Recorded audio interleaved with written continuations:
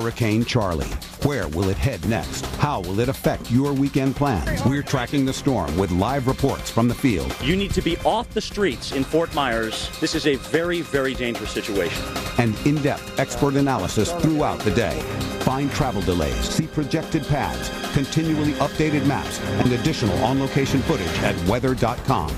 Charlie coverage continues right here on the Weather Channel, so stay tuned as we keep you ahead of the storm.